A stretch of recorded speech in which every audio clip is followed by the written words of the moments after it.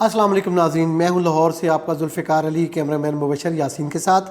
آج ہے جون کی 16 تاریخ اور دیسی مہینے ہار کی ہے 2 تاریخ۔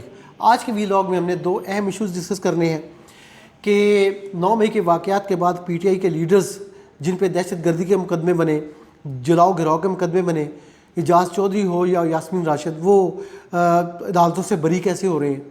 اور دوسرا اہم ایشو یہ ہے کہ پاکستان ریلویز کے وہ 1,35,000 پینشنرز جن کی وجہ سے یہ ویلاگ شروع ہوا ہے، ان کو پینشن عید سے پہلے ملنی ہے نہیں، یہ بتانا ہے۔ اور وفاقی بجٹ 2024 میں ترقیاتی مد میں پاکستان ریلویز کے ترقیاتی بجٹ جو ملا ہے اس کے مقابلے میں 9 سال کے ریلوے کے ترقیاتی بجٹ کے برابر وفاقی حکومت نے ایک سڑک کو بجٹ دیا ہے۔ یہ سڑک لاڈلی کون سی ہے، یہ آپ کو بات کرنی ہے۔ تو سب سے پہلے تو بات کرتے ہیں، میں یہ آپ کو خبر پولیس والوں کو دیتا چلوں کہ اگلے سال کا جو بجٹ ہے پنجاب کا، اس میں ان کو مل رہے ہیں نان ڈیولپمنٹ کی مد میں 170 ارب روپے۔ موجودہ سال میں ان کا بجٹ تھا 149 ارب۔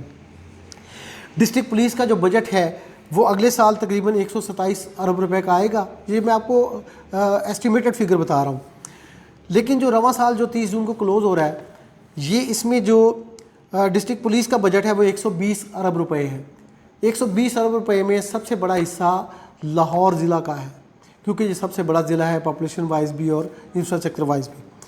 پنجاب پولیس کو مجموعی طور پر 75 ارب روپے کے سالانہ الاؤنس ملتے ہیں، اور جو سیلری ہے وہ 49 ارب۔ تو یہ کل ملا کے 124 ارب روپے کا صرف ملازمین کی تنخواہوں اور الاؤنسز کا خرچہ ہے جناب۔ تو باقی جو 30-40 ارب ہے اس سے پٹرول اور پھر باقی وردیاں اور یہ وہ خریداری ہیں۔ 1 ارب 23 کروڑ روپے کی پینشن بھی لیتے ہیں ہمارے ریٹائرڈ پولیس کے جوان اور پولیس آفیسرز۔ اب اتنا بڑا بجٹ ہے تو انویسٹیگیشن کیا ہے؟ لاہور میں اعجاز چودھری ماڈل ٹاؤن والے کیس میں بری ہو گئے ہیں، جناح ہاؤس والے کیس میں پتہ نہیں ان کا کیا بنے گا، یاسمین راشد جناح ہاؤس کے جلاؤ گراؤ والے کیس میں عدالت سے بری ہو چکی ہیں، بے شمار پی ٹی آئی کے کارکن ان مقدموں سے ڈسچارج ہو گئے ہیں۔ تو کامران عادل صاحب جو لاہور کے ڈی آئی جی انویسٹیگیشن ہے، ان کو آئی جی پنجاب نے ڈاکٹر عثمان انور نے شاید اسی لیے لگایا ہوگا نا کہ ان کے بنائے ہوئے انویسٹیگیٹ کیے ہوئے مقدمات میں کوئی بچ کے جانے نہ پائے، لیکن یہ تو بچتے جا رہے ہیں۔ اور الزام یہ بڑا ہی خوفناک الزام ہے، مبینہ طور پہ یہ لگایا جا رہا ہے کہ جیو فینسنگ کا بہانہ بنایا جاتا ہے، اور کامران عادل صاحب کی ایک ٹیم جو لاہور کے مضافات میں بیٹھی ہے انویسٹیگیشن کے لیے، وہ اور دیگر جو تھانوں میں بیٹھے ہیں لوگ، وہ ان کو بلاتے ہیں، لوگوں کو 2 لاکھ سے لے کے 15 لاکھ روپے تک کی مبینہ رشوت لیتے ہیں اور پھر ان کو کلیئر کر کے چھوڑ دیا جاتا ہے۔ عثمان انور صاحب آئی جی پنجاب کا ایک امیج بن رہا ہے کہ وہ بہت ہیومن فرینڈلی آدمی ہے، پبلک کے بہت زیادہ قریب جانا چاہتے ہیں یا قریب ہیں، پولیس والوں کے سپاہی سے لے کے اور ایڈیشنل آئی جی تک ان کا ایک ایسا تعلق اور ذاتی رشتہ ناتا ہے کہ جو ایک فیملی کی طرح ہے۔ اور اس کا مقصد صرف یہ ہے کہ پنجاب کے اندر عوام کی نظروں میں پولیس کا امیج بلند کیا جائے۔ تو یہ جو ڈیمیجنگ سچویشن ہے، اتنے اربوں روپے کا بجٹ دے کے تو انویسٹیگیشن کی یہ صورتحال تو نہیں ہونی چاہیے۔ عسکری ٹاور کا شاید ایک مقدمہ میرے خیال میں رہ گیا ہے کہ اس میں شاید یہ لوگ پھنس جائیں۔ اس طرح ایک اور مقدمہ جو دہشت گردی کا ہے غالب مارکیٹ والا، وہ رہ گیا ہے۔ اور اس قسم کے 2-4 مقدمے ہیں جس میں یہ لوگ جن کو کہا جا رہا ہے کہ وہ جلاؤ گراؤ میں 9 مئی کے واقعات میں تھے، شاید وہ بچ نہ پائے۔ لیکن باقی تو مجھے کچھ صورتحال اچھی نظر نہیں آ رہی۔ ڈی آئی جی انویسٹیگیشن کو اپنے تمام معاملات پہ اور اپنے جو بتایا تھا ان پہ نظر رکھنی چاہیے، اور اگر ایسا امیج بن رہا ہے تو یہ امیج صرف ان کو ڈیمیج نہیں کرے گا، یہ پوری پنجاب پولیس کو اور بلال صدیق کمیانہ صاحب کی لیڈرشپ کو لاہور میں ڈیمیج کرے گا۔ تو یہ کہ جو ہے وہ بالکل ایک ایماندارانہ رائے تھی، اس میں کوئی ایگزیجریشن نہیں ہے۔ آپ کو پتہ ہے میرے تو اس کے ٹائٹل کے اوپر ہی لکھا ہوا ہے کہ اسٹرائک آن دا فیک نیوز، میرے اس ویلاگ کا ٹائٹل ہے، تو جھوٹی خبر نہیں ہے، جو پرسیپشن تھی آپ کو بتا دیں۔ اب ہم چلتے ہیں پاکستان ریلویز کی جانب۔ پینشنز کے بارے میں خوشخبری یہ ہے کہ وزارت خزانہ میں 5 ارب 25 کروڑ روپے کی ایک سمری موو کر دی گئی ہے کہ ان کو عید سے پہلے پینشن ملے۔ اس سلسلے میں جو ہے وہ وزارت ریلوے نے آگے موو کر دیا ہے۔ خواجہ سعد رفیق وزیر ریلوے نے اس سلسلے میں بڑا اہم کردار ادا کیا ہے، اور اسحاق ڈار صاحب کو ذاتی طور پہ کہا ہے کہ کلوزنگ ہے سال کی تو ان کو پینشن جو ہے وہ بروقت دیں اور عید سے پہلے دیں۔